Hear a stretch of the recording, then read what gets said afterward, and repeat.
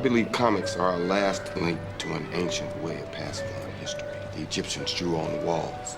Countries all over the world still pass on knowledge through pictorial forms. I believe comics are a form of history that someone, somewhere felt or experienced. Then, of course, those experiences and that history got chewed up in the commercial machine, got jazzed up, made titillating cartoon for the sale rack. You like movies? Some. You like X-Men? I love the X-Men. As a kid, I was addicted. As an adult, I've learned to be disappointed. Every time there's a new trailer, it's the same. I want to see it. And then, it's horrible. Again and again this happened. Kill me. So I got curious about it. Kill me before I kill someone else. Stop it. What were the problems that kept hunting one sequel after another? The professor can help. He can fix it. Something was fundamentally wrong. I couldn't figure out if the movies got worse, or I just got too old and I couldn't enjoy it. Grown-ups these days, they cling so desperately to their childhood. Comics are for kids. That's why they sell them next to the Pokemon cards and not on the aisle with the condoms in the loo. Oh yeah, Charles, we got ourselves an X-Men fan. You do know they're all bullshit, right? A culture that thinks that comic books and comic book movies are profound meditations on the human condition is a dumb f***ing culture. Well, yes and no.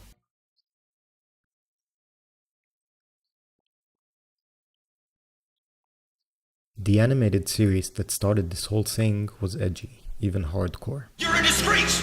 I'm ashamed to be seen with you! You ain't my daughter! Not anymore! Marvel dropped the ball.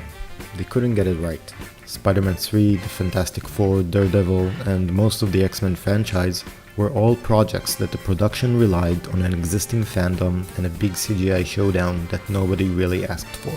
The studios let the animation and the mythology of the story replace what made a good comic adaptation.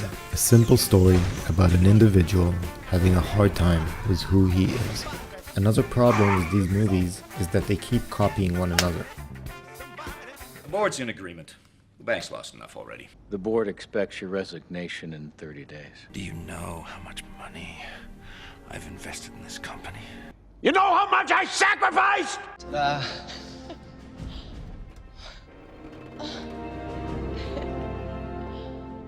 You are amazing. Really? No. What's wrong with you? This was very frustrating. The fingers you have used to dial are too fat. What started as self-replication progressed into recreations of scenes from other popular franchises, new as well as old ones. Everything's a copy of a copy of a copy. You say you can't sleep. I couldn't sleep. You seem very okay to me. You can't die from insomnia. You ever have that feeling? Like something's happened before? If it were easy, everyone would do it. Everyone would do it if it were easy. Except differently.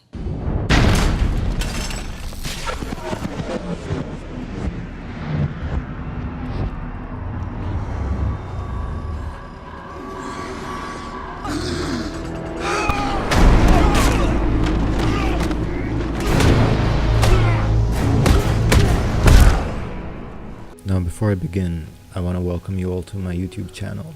This is my first video. Should have said it sooner, but Spoiler alert. now if you're someone who never watched any of the X-Men movies, I'll explain the general premise.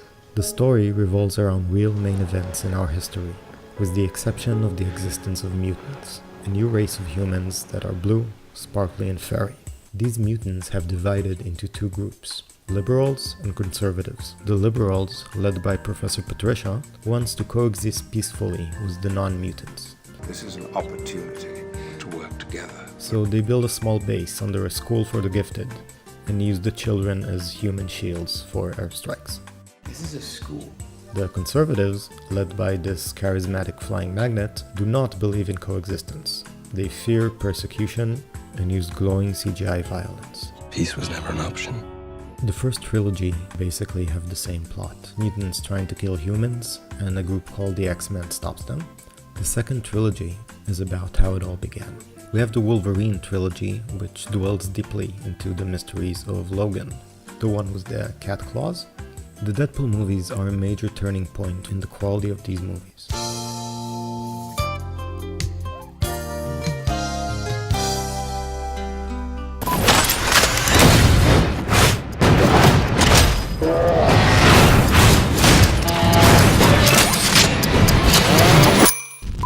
And remember, hugs not drugs. Things starts to pick up from here also in the form of Legion, the TV series. It's just spit, right? Human spit? Maybe he ate yogurt. The form of the classic superhero origin story was changed into a dark, suspenseful horror thriller that examined the humanity versus monstrosity in the main characters. I'll be using a bunch of movies and shows to show the problems and solutions of the X-Men universe. So basically, I'm saying maybe it's good you're here. Figure some things out. alright, so let's get back to the beginning. I believe comics are a form of history that someone, somewhere felt or experienced. What's happened to them? Your parents? They were taken from me when I was a little boy. The X-Men, like most popular comic movies, is based on a true event placed in our history. This is where your power was born. In this case, it was the Holocaust. And this is where your people were slaughtered. Iron Man was based on the war in Afghanistan. Later on, the MCU created a parallel to 9/11 and the war on terror. All these movies have great beginnings. They entwine the viewer's attentions immediately, while the link between realism and fiction is formed. Diese Nazis. Ich bin nicht so wie die. Mr. Schokolade. Eins. This strong emotional starting point is used to set the tone for all future X-Men films. Du schaffst das. Zwei. Loss, terror, and fear from persecution via race. This is Eric, aka Magneto. Eric is the only character in X-Men that actually has a reliable backstory and a will of its own. I have character. Of course, you are a character. Doesn't mean that you have character. Driven by revenge and experience, he has the power to attract medals, but his true power is charisma, the power to attract followers and lead his kind into a better tomorrow. They say you're the bad guy. Is that what they say? This put a lot of pressure on Eric. All eyes on him as the main antagonist.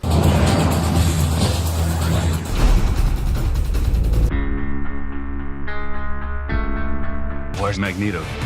That man is Magneto. I feel their guns moving in the water.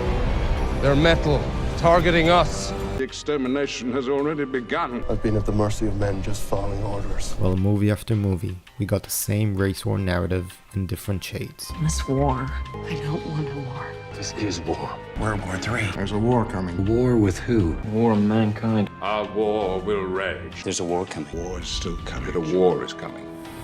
War has begun. This war is an ongoing product of public anxiety or alarm in response to a perceived threat to the moral standards of society. People come to believe something terrible is happening. I'm sorry for what happened in the camps. We all are. It's been embarrassingly overused. I truly am. And as one of the more bigger mistakes in this franchise, Deadpool does not leave it unchecked. Maximum effort. There is one exception, where the narrative focus was on the future. I send you from the future. Yeah. So she sends Bishop back in time. No, just his consciousness into his younger self, his younger body. Wow. Never again. I hope. And then we have the Wolverine trilogy, recreating yet another adventure to be forgotten by this beast versus man premise that has no ingenuity except recreating the Wolverine character in different costumes, such as Crispy Hiroshima Wolverine, Homeless Wolverine, Bleeding Wolverine, The Matrix Wolverine,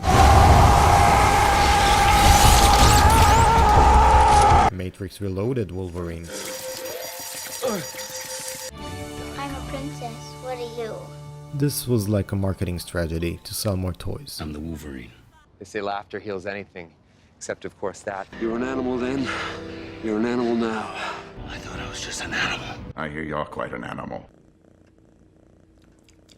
You know, sometimes when you cage the beast gets angry. This is the stupidest thing I've ever heard. The last film in the trilogy, Logan, has a completely different tone as a dark post-western that symbolizes the end of an era. While the old X-Men cast are old and dying, this shows us that things are beginning to evolve. It's evolution. Human evolution. Evolution. Evolution. Evolution. Evolution. When we take a look at the evolution of the franchise, we notice that the repeating race war narrative takes less importance and less screen time, leaving room for character growth and a Quicksilver montage. These time-lapse scenes contains the greatest moments in the latest movies, singling one character and focusing on his interactions with others. Out of nowhere, without dialogues or any narrative importance, this short sequence shows the power of one character's individuality once we get away from the core group for a while.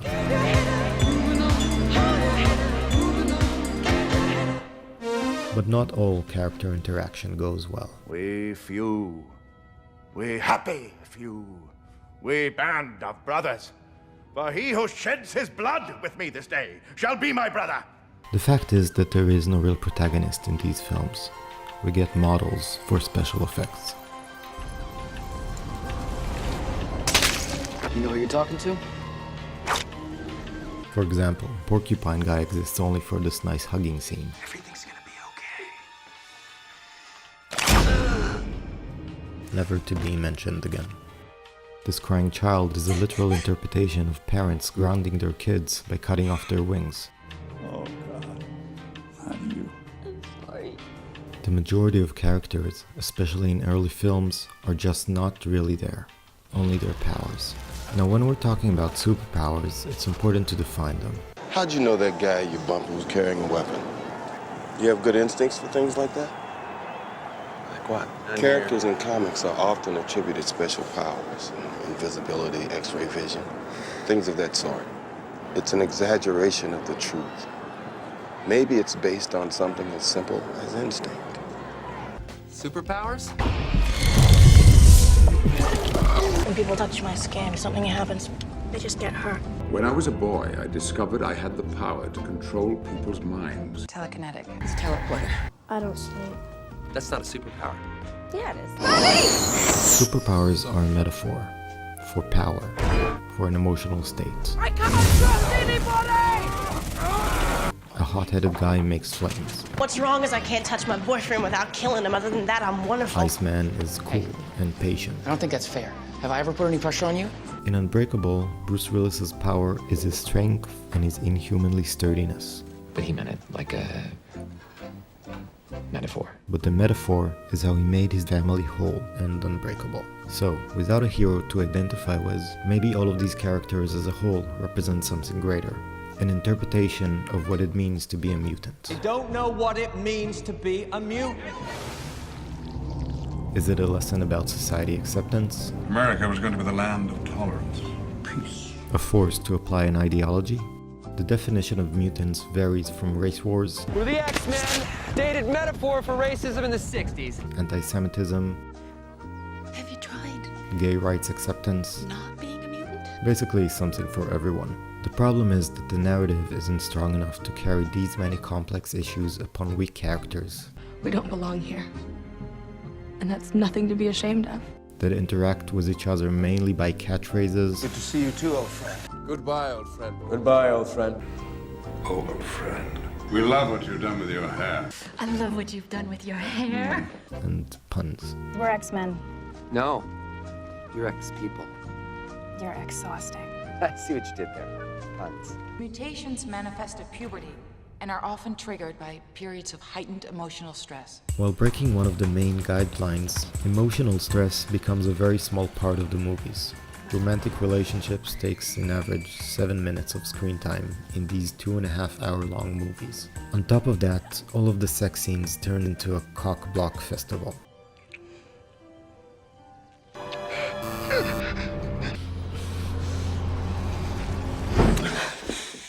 I'm sorry.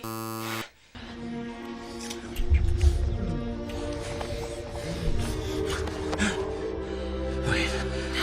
You know what I want.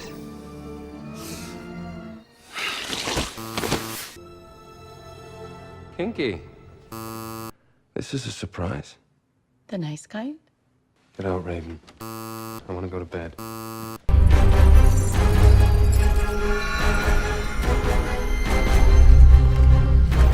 Eric, that's enough.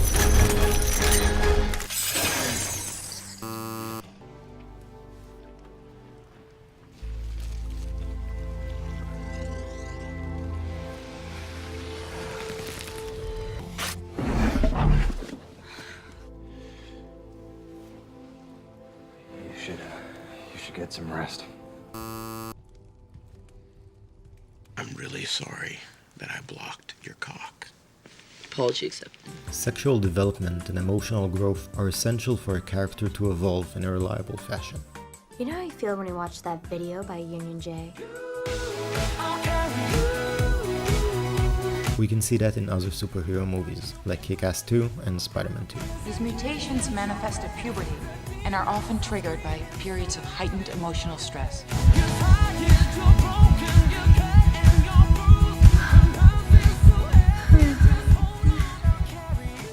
What the fuck was that? The void created by the lack of emotional interaction, sexual maturity, and character depth is a big problem that got solved in the newer X-Men adaptations such as Legion and Deadpool.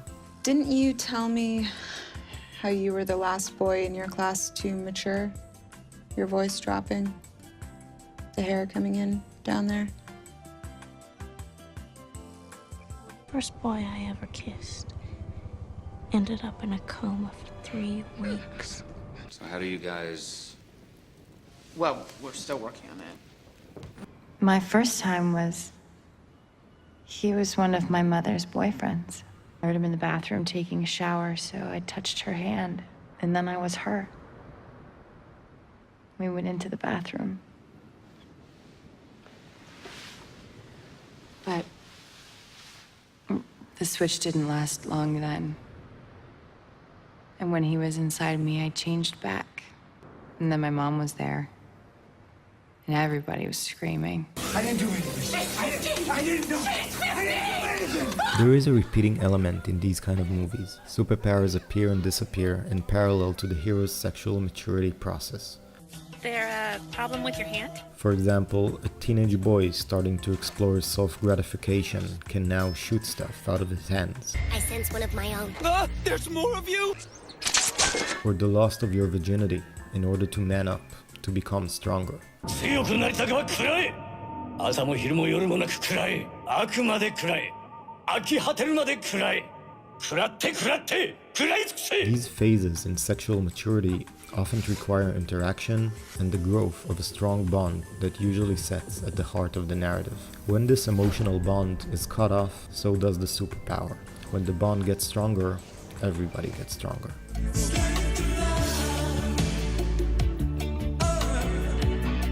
What is the point of all this love? If you keep something as complicated as love stored up inside, it's gonna make you sick. Do you love me or not? All right. He doesn't love you. What he really loves is that feeling of power, knowing you've been chosen by God. That you're special. No piece of ass can ever compete with that. The concept of love is barely reflected in the X-Men movies, and if it ever does, it just feels overdone and forceful. My diagnosis? It's up here. Why is this happening to me? Because you're a well-written character that has a strong bond between your identity and your emotional state. My diagnosis? By giving the psychology of the character more screen time and narrative importance, it becomes much more than an action figure played by a celebrity. How does that make you feel? How does that make you feel? How does that make you feel? How do you feel? How does that make you feel? How do you feel now? How are you feeling? Everything okay at home? Your girlfriend? We don't... I don't want to talk about it, okay? Oh. God! I'm not an easy guy to... She left. I mean, maybe she'll come back, I think. It's kind of our dynamic, you know? Why can't you have what everyone else has? A nice home, a family, Jeez, I'm sick. Get out! What are you doing?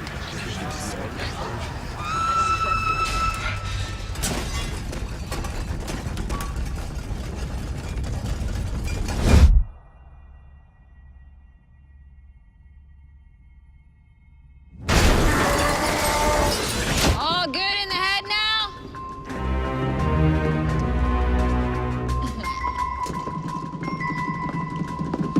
Now, as much as the heroes are lacking, the villains are even worse. Marvel villains tend to be without real purpose or a reliable code of conduct, just tools to fit in the big fight scene that the current story formula requires. Over time, they became less and less human, replaced by robots and gods.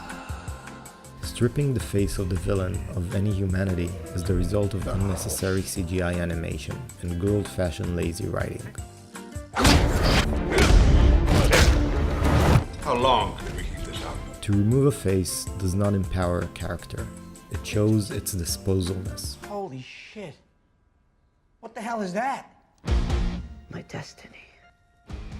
I'm a supervillain. This is a sickness spread out through Marvel movies, infecting protagonists, being used for comic relief, and I guess using a liquefy effect license to the max.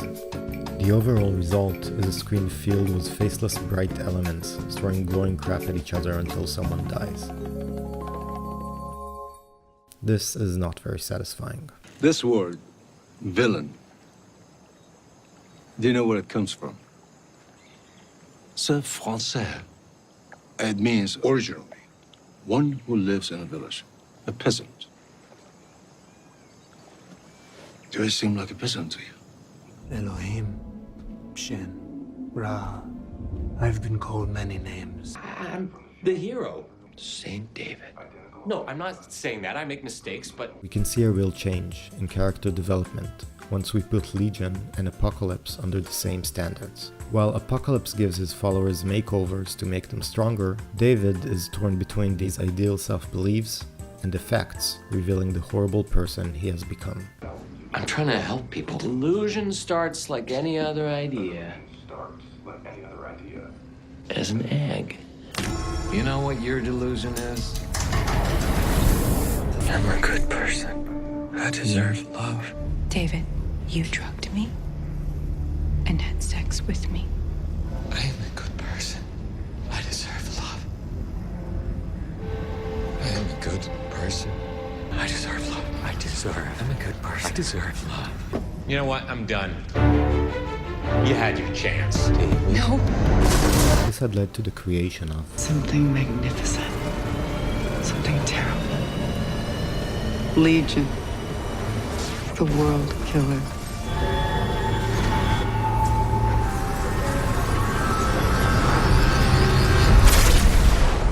Anyway, this is what we're going to do. The formula changed. Marvel dropped the narrative's importance, deserting the race war premise and focusing on one character. Not the superpower, not the heroism, not the origin story or its historical baggage. The character.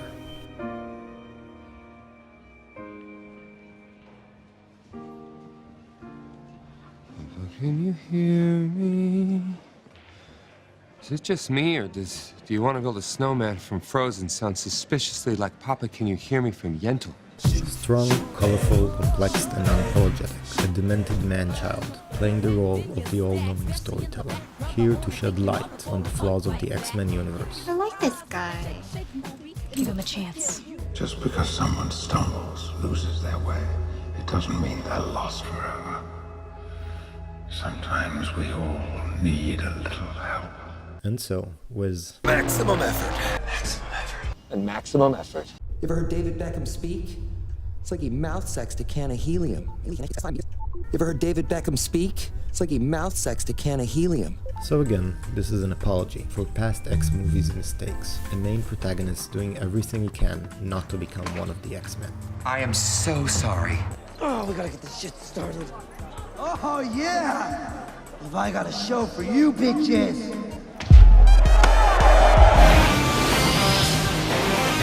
Do you like music? Music? We should just cue the music. Drop my needle. Following the soundtrack choices of other successful comic brands, the tone of the movies changed from dark group effort sagas into a violently realistic comedy. It was time for the rules to change. Rule number 1, no killing. Anyone, ever. Hit it, Dolly. Breaking the X-Men stigma by using violent realism, breaking their code.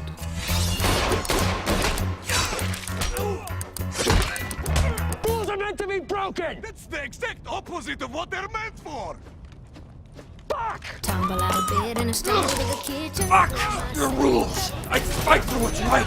The Deadpool show is a satire of the X-Men universe that brings to the surface all of the unspoken questions. Why are you dressed like the Unabomber?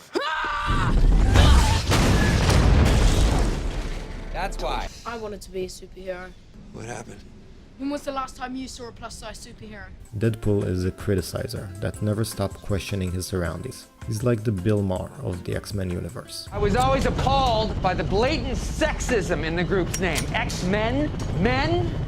The point is, our group will be forward-thinking, gender neutral.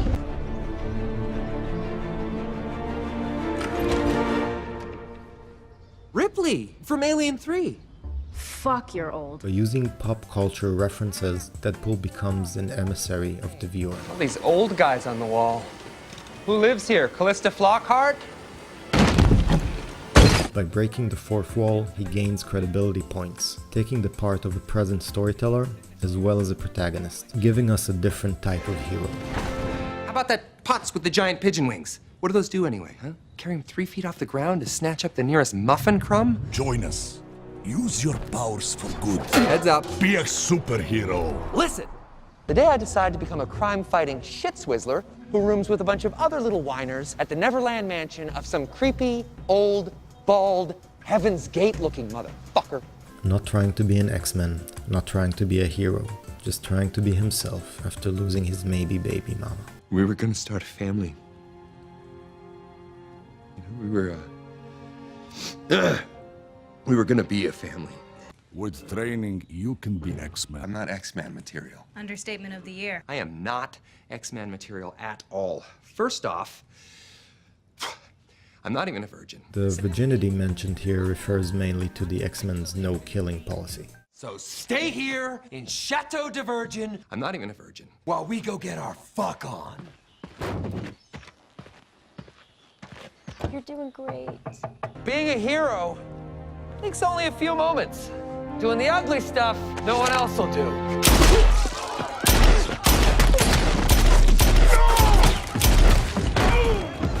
You were right, Wade. You are not X-Men material. And that is why You're my hero. No. That I ain't. Nope. Never will be. You're not a fucking hero. You're just an annoying clown dressed up as a sex toy. I may be super, but I am no hero. And yeah, technically this is a murder. Are you a superhero? Fucking A, sweetie. What's your name? Captain Delicious Pants. Who's Captain Delicious Pants? who is Captain Delicious Pants? Well, he's basically Walter White if his cancer treatment left him disfigured, with accelerated healing powers. Oh. Wow. Cool your pits. They're growing back. I'm talking about your face. Why wouldn't you cover that up? A warrior has nothing to be ashamed of. We have 8 weeks of boot camp ahead of us, man. With help from his mutant friends such as Colossus. This is what friends do. Yukio, the bonder of relationships. Hi, Yukio. That was really nice of you to say hi, so I'm saying hi back. Bye. Bye, Yukio. Negasonic Teenage Warhead. Look! I'm a teenage girl. Mohinder. I will bathe in the blood of your enemies. And Domino. I should have finished college. I think we may have found your cosmic reason for being here. Through them, Deadpool is able to build a family he was denied of by relying on the bonds that were lacking from early films. The trading of a race war story for a family story is what the future holds for these movies. I need you. Who? Your F word. This may not be family you want, but it's family you need. You're my family, Jeeves. No matter what. Stop. And with that in mind, we finally get to the new movie. Look. You're special, Jean. And if you stop fighting that force inside you, if you embrace it, Doing space missions now. Cool. you will possess the very power of a god. A personal story of a main character that struggles with self-change. I'm sorry. I didn't stop it sooner. You're always sorry, Charles. And there's always a speech. And nobody cares. Self-awareness for past mistakes. Quicksilver sequences. She's changing. And what? She's not Jean anymore. Who are you? The better question is, who are you? A dark psychological thriller tone. A crossbreed between Fight Club and Legion. I came looking for answers. Answer me! Why do people think that I'm you? I think you know. The mind is a fragile thing. Takes only the slightest tap to tip it in the wrong direction. People do it every day. They talk to themselves. They see themselves as they'd like to be. They don't have the courage you have to just run with it. I've seen evil, A villain with a face. and I'm looking at it now. Little by little, just letting yourself become. A good movie, in my opinion. There are no new mutants, understand? And as for the future of the X-Men adaptation, I heard he's a savior. I heard he's a prophet. He's immortal. He's a mutant. He's a god. we can continue to rely on more Game of Throning, more focus on personal stories, experiencing the core group as a family, leaving behind an empty attempt to arouse a nostalgic wave upon a tired, grown-up audience. I hope you enjoyed this first video. Don't forget to like, share and subscribe. I'll be making future videos about Game of Thrones, Stranger Things and others. So let me know what the next video should be, right here in the comments below.